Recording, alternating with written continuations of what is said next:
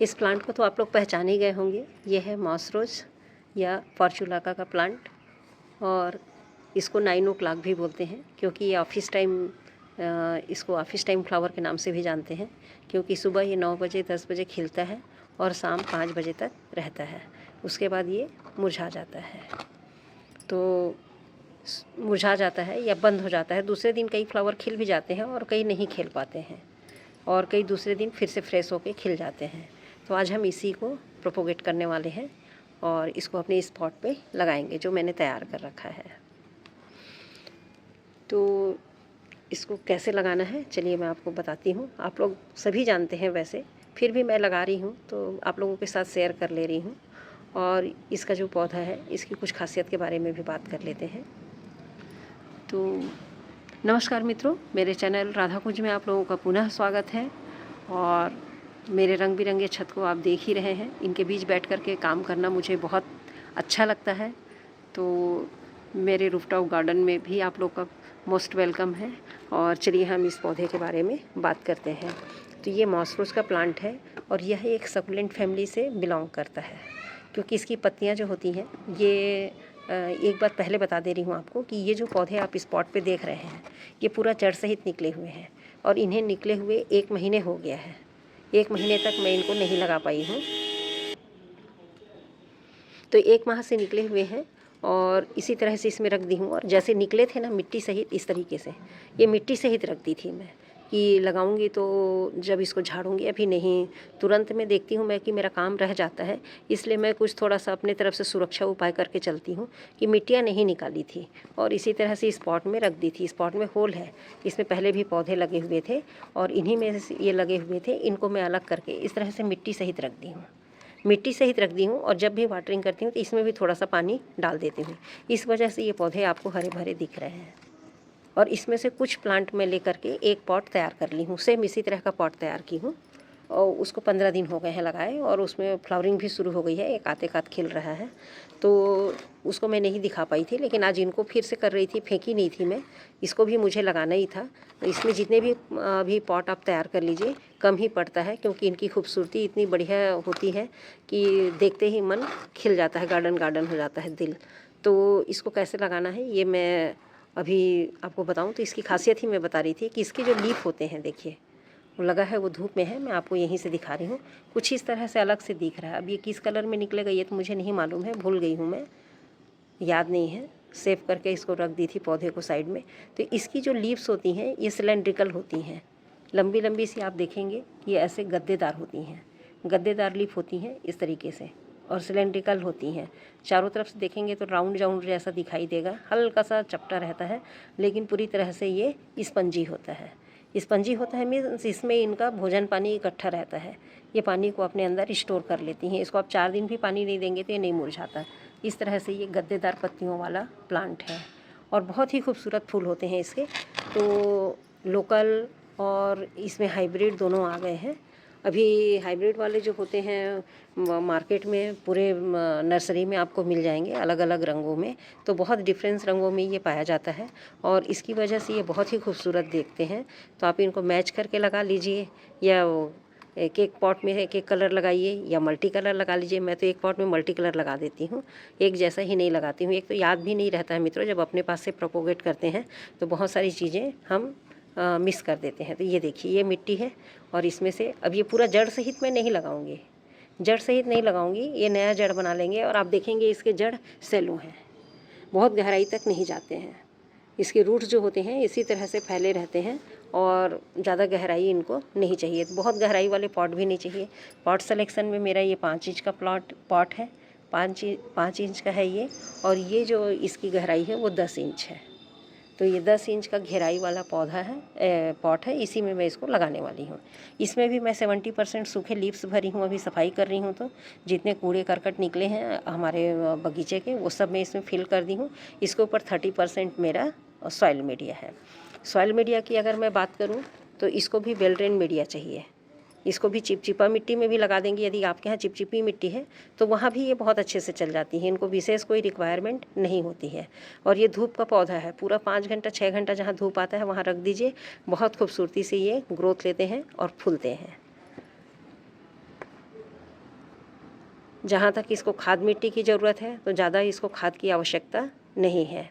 यदि आप कलर फूलों के रंगों को खूबसूरत बनाना चाहते हैं, खूबसूरत देखना चाहते हैं, उसमें साइन देखना चाहते हैं, तो आप उसमें बीच बीच में Epsom salt, seaweed extract liquid जब आप डालते हैं तो इसमें भी डाल दीजिए। 15 दिन में बहुत सुंदर आपको कलर मिलेगा। लीफ की शाइनिंग बढ़ जाती है, फूलों की शाइनिंग बढ़ जाती है एप्सम सॉल्ट से।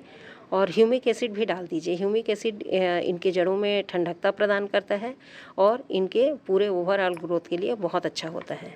तो इस तरह से देखिए ये बहुत खूबसूरती से अभी भी हैं, पानी मिलने के कारण मिट्टी से अलग होने के बाद भी, क्योंकि मिट्टी इसमें लगा हुआ है और इसको पानी मिल जा रहा था। तो देखिए मैं ये सूखा वाला हिस्सा निकाल रही हूँ, बहुत आसानी से निकल जा रहे हैं ये, और इस तरीके से ये सफाई हो जा रही है। अब इसकी आप 1 इंच का टुकड़ा भी यहाँ से लगाओगे तो वो लग जाएगा। तो मैं अभी इनको वही काम करने वाली हूँ, इनके पूरे स्टेम से इसको अलग करूँगी मैं, कट करके और इसमें लगाऊँगी। तो खाद मिट्टी की भी बात हो गई और मिट्टी की बात कर रही थी मैं। तो मिट्टी में मेरा यही है 40% सॉयल है और 40% रेत है, 10% इसमें राइस हस्क है, 10% इसमें राइस हस्क है, 10 से 20% भी होगा, क्योंकि जितना पॉट है उसके हिसाब से ही मिट्टी बनाई हूँ मैं। तो इसमें फिर 2 मुट्ठी वर्मी कंपोस्ट है और 3 चम्मच इसमें बोन मील है और 1 चम्मच से भी कम इसमें डीएपी है। पौन चम्मच समझ लीजिए, पौन टीस्पून इसमें डीएपी है, पोटास है और सीवीड एक्सट्रैक्ट भी है ग्रेनुअल फॉर्म से, एप्सम सॉल्ट भी मिला हुआ है, थोड़ा साफ फंगीसाइड भी मिला है। वो सब मिला करके मैं इसमें भरी हूँ। तो 30% ये करके इसमें मैं कंप्लीट कर दी हूँ और 70% में पूरा इसमें पत्ती भरा हुआ है ड्रेन होल को कवर करके। तो इस प्रकार से ये मिट्टी जो तैयार होगा बहुत ही रिच तैयार होगा, क्योंकि जैसे ही इसकी जड़ें इसमें सेट होंगी तो तब तक हमारी पत्तियां भी धीरे से, सूखी पत्तियां इसमें गलने लगेंगी और बहुत अच्छा इसमें लीफ कंपोस्ट भी बनेगा। आने वाले समय में जब ये मिट्टी हमारे निकलेगा, फिर से हम नेक्स्ट ईयर जब हम इसको रिपोर्ट करेंगे तो इसमें से जो मिट्टी तैयार होगी वो बहुत ही रिच मिट्टी मिलेगी, क्योंकि नीचे पूरी पत्तियाँ भरी हैं।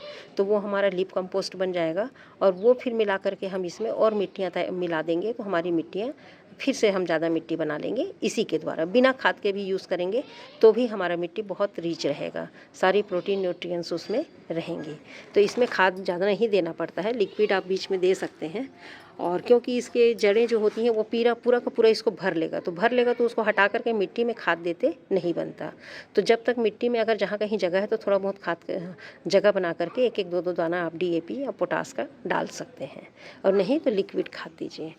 तो चलिए मैं इसको लगा के लेती हूँ। सबसे पहले तो मैं इसको कट करके तैयार करके आपको दिखा रही हूँ, उसके बाद इसमें लगाऊंगी।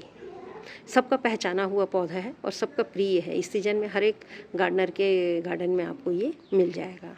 और मार्केट जाएंगे तो बहुत सारी कलर वैरायटी ऐड हो गई है अभी, बहुत सारे मल्टी कलर, मतलब आप देखते ही मन भर जाएगा आपका, सॉरी मन नहीं भरेगा। मार्केट में इतने फ्लावर्स आए हुए हैं और इतने कलर्स आए हैं, उसके बाद भी मन नहीं भरता कि मेरे पास ये भी नहीं है, ये भी नहीं है, फिर से 2 कलर आ जाते हैं। मेरे साथ तो ऐसे ही होता है, लेकिन अभी मेरे पास कितने कलर हैं ये मुझे नहीं मालूम है। ये समय के साथ ख़राब हो जाते हैं, जैसे ही ठंड और डोरमेंसी में इनको बचा के रखना पड़ता है नेक्स्ट सीजन के लिए। कई उखाड़ के फेंक देते हैं, मैं उखाड़ के नहीं फेंकी थी, गमला साइड कर दी थी, गमलों की विशेष ज़रूरत नहीं थी। और अब उन्हीं गमलों को मैं खाली कर रही हूँ धीरे धीरे। तो उन्हीं में से ये एक निकला है जिसको मिट्टी सहित रख दी, तो 1 महीने तक इस तरह से रह गया है। देखिए 1 महीने तक ये पौधा रह गया है और बिल्कुल कहीं से नहीं लग रहा है कि 1 महीने से बाहर है, क्योंकि इसको पानी मिल रहा है और कुछ नहीं, पानी मिल रहा है तो इसकी ताजगी बनी हुई है। अब हम इसको हम रिपोर्ट करेंगे या प्रोपोगेट करेंगे। चलिए मैं आपको करके दिखाती हूँ, इसके टुकड़े करके। चूँकि एक गमला मैं पहले ही तैयार कर चुकी हूँ तो ये बचे हुए हैं, इसको मैं फिर से दूसरा गमला तैयार कर रही हूँ। तो इसमें मेरे इस तरह से कटिंग निकले हैं देखिए, और ये सारा वेस्ट निकल गया है। अब इसको कंपोस्ट बिन में डाल दूँगी और ये जो है इनको हम अभी लगा लेंगे। तो देखिए इस तरह से हेल्दी हैं। हाँ बारीक हैं थोड़े से, आप कहेंगे कि बहुत बारीक है, तो फिर भी ये लग जाएगा और लग के इसी तरह से इनके स्टेम तैयार हो जाएंगे। ये देखिए ये बहुत बारीक है तो नहीं लगेगा ऐसा मत सोचिए, ये सारे के सारे लग जाएंगे। ये जितने आप देख रहे हैं ना, इनको हम यहाँ से लीफ को खाली कर देंगे। तो यहाँ तो ऑलरेडी लीफ खाली हो चुकी हैं, क्योंकि 1 महीने से निकला है तो धीरे धीरे इसकी पत्तियाँ झड़ गई हैं। और मैं इसको और बारीक कट नहीं की हूँ आगे की तरफ। आप इसकी इतनी सी भी कटिंग लेंगे ना, इतनी सी भी कटिंग लेंगे तो ये लग जाता है। इतना सा भी कटिंग ला करके कहीं से खोस देंगे, कोई कलर ऐड करनी है तो। अभी मैं अपने एक सहेली के यहाँ से ला करके की हूँ, इतने इतने से लाई थी उनके यहाँ का हल्का येलोइश क्रीम था, वो लग गया है। मैं दूसरे पॉट में लगा दी हूँ उसको। ला करके किसी भी पॉट में लगा दीजिए, बाद में उसको मल्टीप्लाई कर लीजिए। ये है इन पौधों को लगाने का और कलर कलेक्शन का। कि नहीं ख़रीदना चाह रहे हैं तो वो अपने मित्र मंडली में कहीं जाते हैं तो वहाँ से भी आप कलेक्ट कर सकते हैं। बस ये कोशिश कीजिए कि किसी का पौधा ख़राब ना हो, किसी का पौधा ख़राब ना हो, और आपको उसके कलर के कुछ 2-4 ऐसे 2 स्टेम भी मिल गए तो आप उनको मल्टीप्लाई कर सकते हैं। ऐसे 2 भी लाएंगे तो 2 से जैसे ही लगाएंगे वो बढ़ता जाएगा, आप उसको मल्टीप्लाई करते जाइए।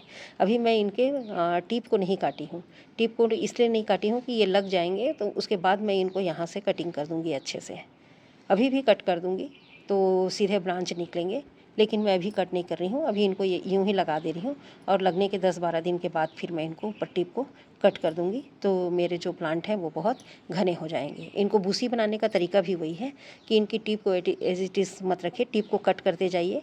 यहाँ से इतना इतना कट करते जाएंगे तो फिर नए ब्रांचेस निकल करके हमारा पॉट भी भरते जाएगा, हमारा पॉट बहुत बूसी हो जाएगा, पौधा भी बूसी हो जाएगा और बहुत खूबसूरत दिखते हैं खिलने के बाद। और ये कुछ मोटे स्टेम भी मैं निकाली हूँ, इनको भी लगाऊंगी। ये देखिए इसमें सब में फुटाव चालू है तो इनको इस तरह से लगा दूँगी। अगर कप गैप ना हो, जगह भर जाए अच्छे से, मतलब पूरा गमला तैयार हो जाए, इसलिए ऐसा की हूँ मैं।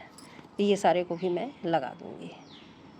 तो चलिए इनको मैं लगा लेती हूँ, कट कर ली हूँ। ये वेस्ट निकल गया कंपोस्ट के लिए और हम इसमें इसको लगाएंगे।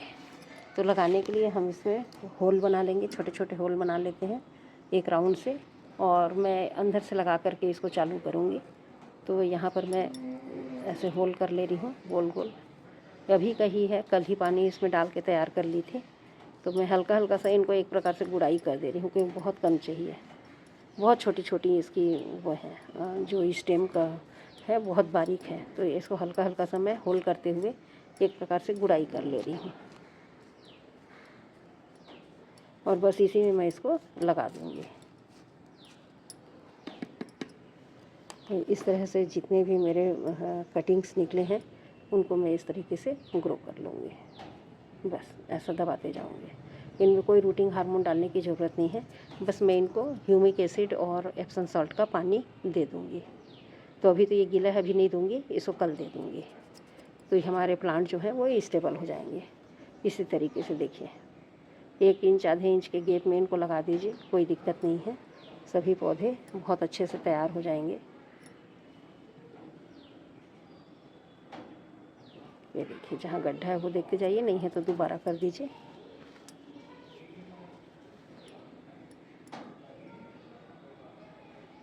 ये देखिए ऐसे दबा दीजिए तो इस तरह से ये सारे लग जाएंगे। मैं आपको लगा के दिखाती हूँ, वीडियो लंबी हो जाती है। तो इस तरह से मेरे सारे कटिंग्स लग गए हैं। देखिए मैंने सबको फिनिश कर दिया और सभी को इसमें लगा दिया है।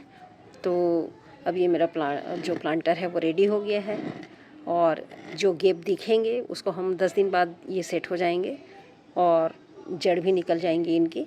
तो उसके बाद हम जो ये लंबे से प्लांट हैं इनको कट कर देंगे और कट करके जो जो जगह गैप दिख रहा है उसमें फिर से इसको लगा देंगे। तो इस तरह से हमारा पॉट पूरा भर जाएगा।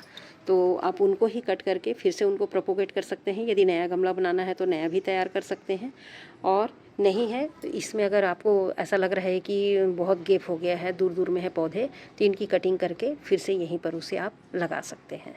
तो इस तरह से हमारा एक मॉस रोज़ का प्लांटर रेडी हो गया है। मित्रों, आप लोगों को कैसा लगा, और आप लोगों ने अगर लगा लिया है तो आपके मॉस रोज़ की ग्रोथ कैसी है ज़रूर बताइए। और चलिए मैं आपको दिखा देती हूँ जो 15 दिन पहले लगाई हूँ। ये देखिए जो 15 दिन पहले लगाई थी वो मॉस रोज़ का है। एक इसमें पर्सिलिन भी उग गया है, इसको अलग कर दूँगी। इसमें मैं प्योर मॉस रोज़ रखना चाह रही हूँ, तो ये बीच बीच में उग जाता है तो प्लांट है। तो इस तरह से देखिए इसके कली की साइज़ देखिए आप, बहुत खूबसूरत है। इसका फूल भी बड़ा बड़ा आता है पिंक कलर का, और कलर तो सभी मिक्स है मित्रों, तो मैं नहीं कह सकती, लेकिन ये जो खिला है ये दोनों पिंक ही खिलेगा, रानी कलर का। और इस तरह से ये मेरे पौधे तैयार हो गए हैं। ये देखिए अब इनको मैं फिर से बूसी करने के लिए इनको कट करते जाऊंगी और जहाँ पे गैप दिख रहे हैं वहाँ लगा दूंगी। तो ये 15 दिन का मेरा अपडेट है। इसको ज़्यादा नहीं हुए हैं, 15-17 दिन हुए हैं, उससे ज़्यादा नहीं हुआ है। और साथ ही मैं पर्सिलिन भी लगाई थी, वो हैं देखिए ये भी तैयार हो गए हैं, और एक इस तरफ है। तो ये मॉसरोज़ का मेरा दूसरा बकेट तैयार हुआ है, अभी जो मैं तैयार की हूँ दूसरा बास्केट है। सेलो पॉट में ये भी लगा हुआ है, वो भी सेलो पॉट में लगा हुआ है, सेम इसी के जैसे पॉट में। तो धन्यवाद मित्रों, यहाँ तक मेरे वीडियो को देखने के लिए। और पसंद आता है तो कमेंट ज़रूर कीजिए और बताइए आपके मॉसरोज़ और पर्सिलिन के प्लांट कैसे चल रहे हैं।